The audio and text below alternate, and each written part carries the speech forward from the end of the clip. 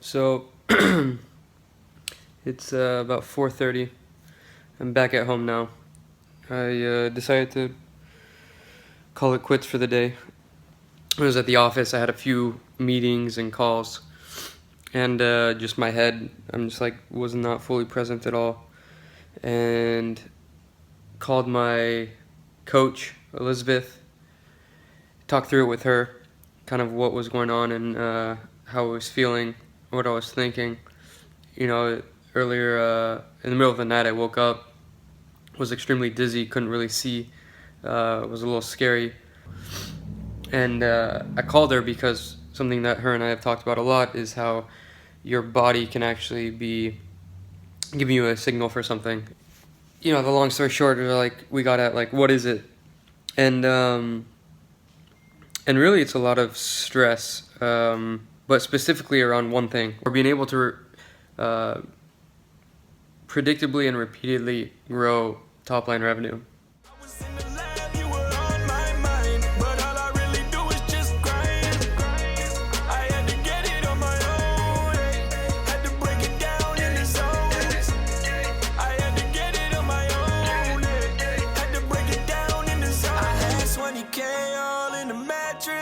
Make the work disappear like magic.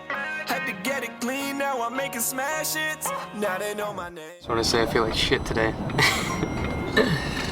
I took some medicine, but I don't think it's I don't know what's going on, but I can't think straight. I thought I was going to be feeling better today, and I'm not.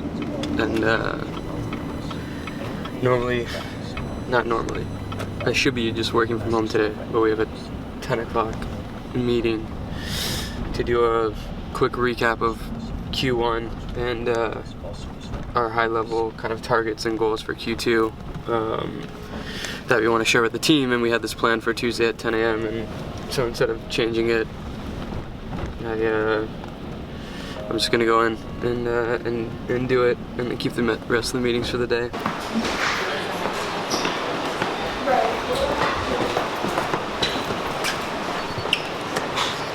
Oh, it was unlocked. Good, I'm glad we locked it up.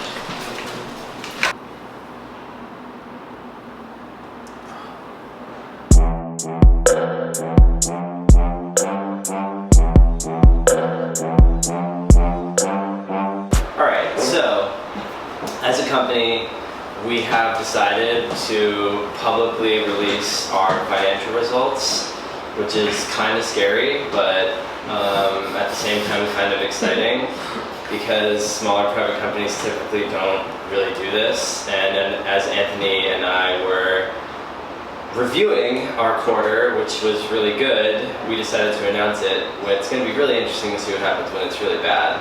Which it inevitably will be, because every company under the sun has a horrifying quarter from time to time. So as a start to that, we just thought that we would actually announce them to you to kind of create some transparency into actually what's going on and our goals. And so I wrote a little earnings release, and it's not perfect yet because we don't actually have all the numbers yet because we're only like 5 days after the quarter, so obviously the accountants are still kind of chewing things up. But with all that said, I'll get right into it. So during the first quarter, our revenue was $400,000. Our goal was $370,000, so we slightly outperformed. And the primary reason behind that was a more formulaic sales process. We have a pretty consistent flow at the top of the funnel right now. And also customer renewals. We're super focused on customer renewals, and we were able to renew the bigger ones. So there's a solid group of customers that are growing with us, which is really great. Our gross margin, which is defined as revenue minus cost of product, which at Jacked is employee cost, was 62%. That's relative to 55% in the fourth quarter and 40% of all of last year. And so still, 62% is really healthy. Our goal is always in between 50 and 60%, so we're trending above that. And the primary reason is really increasing our prices. Our operating margin in the quarter, which is product cost, is gone, and now we're paying for office space and supplies and travel and entertainment and all that stuff, is 42%, which is ridiculously high for an agency. Part of the reason it's so high is because we're small. We don't have a lot of overhead right now. As agencies grow, some agencies only trend at like 5 to 10% operating margin. Our long-term goal is 25, so we're well ahead of that. We don't expect to keep 42% operating margin forever, because as we grow, we'll entail more costs, but it's still really, really healthy. Our cash flow was $150,000. I wrote 145. I think it's actually 150.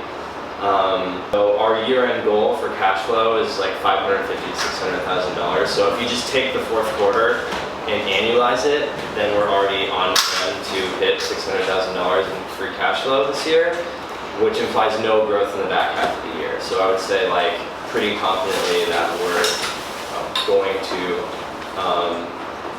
beat our projections.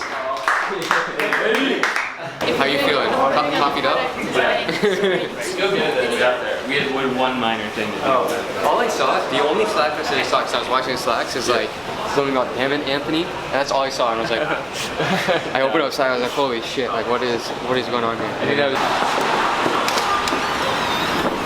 Yo. What's going on, man? Chilling, man.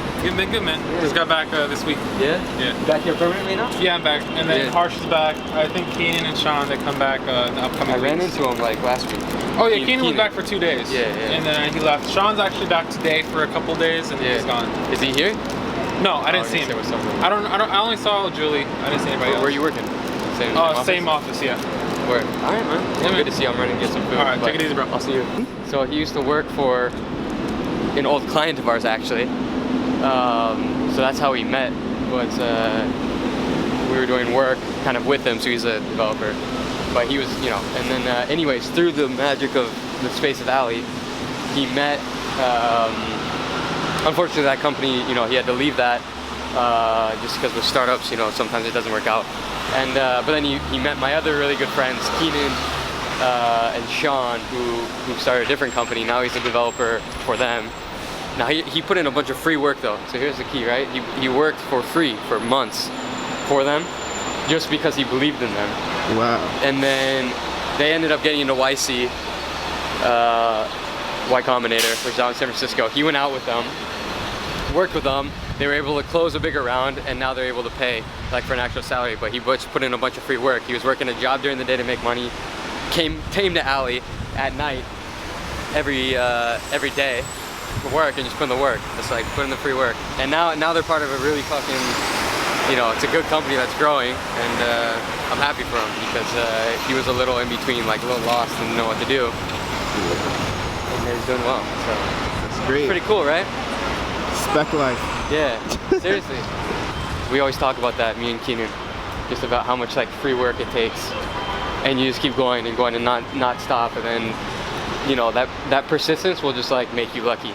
But it was a struggle for me getting through that.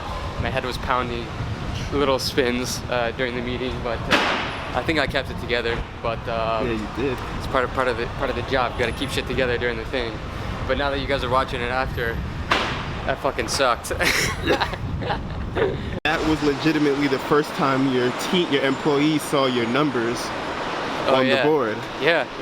What was going on through your head when all that information was up there? What were you thinking? Everyone was really quiet. I didn't know, no one really said anything. I was wondering what was going through their head, because you really don't know, right? Yeah. Everyone was just kind of quiet. I'm glad Jay was, he's been here the longest actually. I'm glad he was like, hey, I'm glad, New York. I'm glad, you guys did this. So I don't know, I think I'm gonna talk to everyone individually one-on-one and see what everyone actually thought. Trying to feel better here.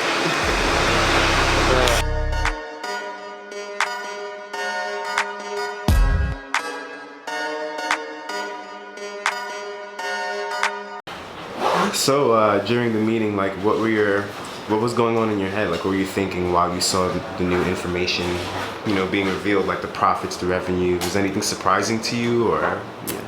Yeah, I thought it was great that they went through all of it. We've never done anything like that before, so really appreciate the transparency. Made me understand the health of the company a lot better, which is great. I hope we continue to do it even when we don't like the results as much, because then maybe we can use that to learn maybe what's been going on different from quarter to quarter. So yeah, I thought it was great. I really liked the information dump. Yeah, and Jay just whipped out. Right? It's Jay's turn. Jay's Well, what was the questions? the same one. Questions? What do we think about? Just what was going on in your head while you? Yeah. What was going on Yeah, take it in on. your head during the meeting? I think that the transparency is awesome. I think it's very valuable to the team to know what's going on in the background. It helps motivate people, knowing that there's forward growth. So I thought that was very cool. Awesome. It's exciting. Hello. I actually really liked knowing the future goals for the next few quarters, because I personally really like to have a framework for what success actually looks like. So that helps give me kind of get my brain in the mode of like what Jacked is actually shooting for, and help me kind of help them to achieve it. Cool. Hey, how you doing, man? Not too bad. No worries. No worries at all. I know how it gets. Oh, nice. How's that? Perfect. All right. No, I'm all about efficiency. So if we don't need more than 3 minutes, we don't need more than 3 minutes. I don't need to sit here for 10 minutes and and talk. Yeah, no, let's just get to business. Like we. Yep, cool. So just loop me in whenever. All right, man.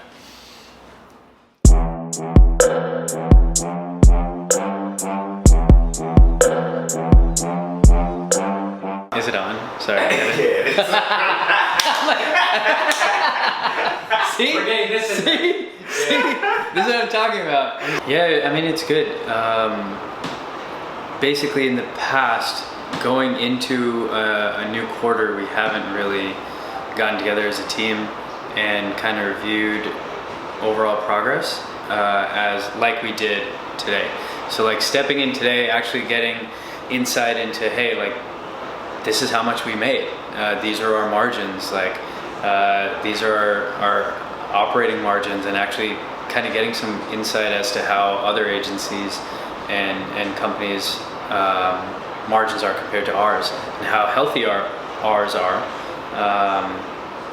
Yeah, I mean, I think it just motivates everyone overall. No, That's what I don't happens, really right? know what to make of. I'm like, okay, I didn't know if we were trying to ask a question. Is there something there? Do you want to know what my feeling is? You want to keep arguing about the utilization number.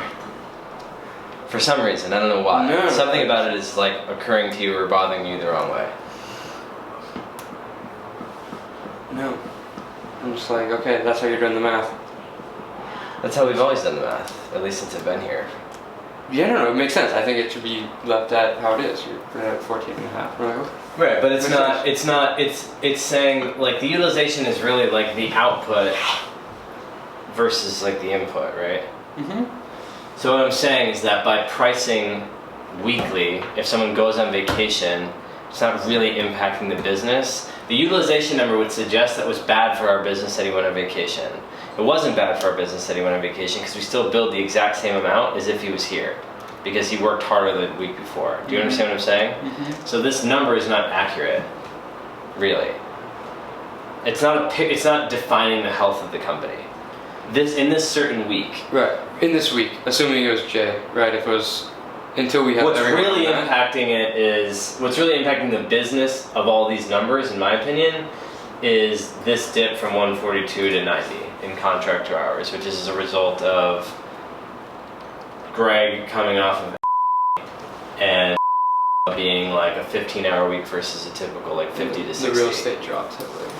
Right. Yeah, no, all I was going to point out was it makes sense because we were able to bill his full time. But for example, if it was someone else, let's say, or because we're not billing them in the weekly format right now, it would actually have been a hit. Right. It would have, yeah. Yeah. It would have. Yeah. But specifically, it doesn't. I'm just explaining, if I was to explain this away, if someone was like, why did this happen? That would be my threefold answer. Okay. It's like, well, our utilization picture is really just core employees and how much they're working. So it's not really the most accurate measure of like overall company health on a week-to-week basis, but over the course of like a year, to your point, it would be far more accurate. Yeah.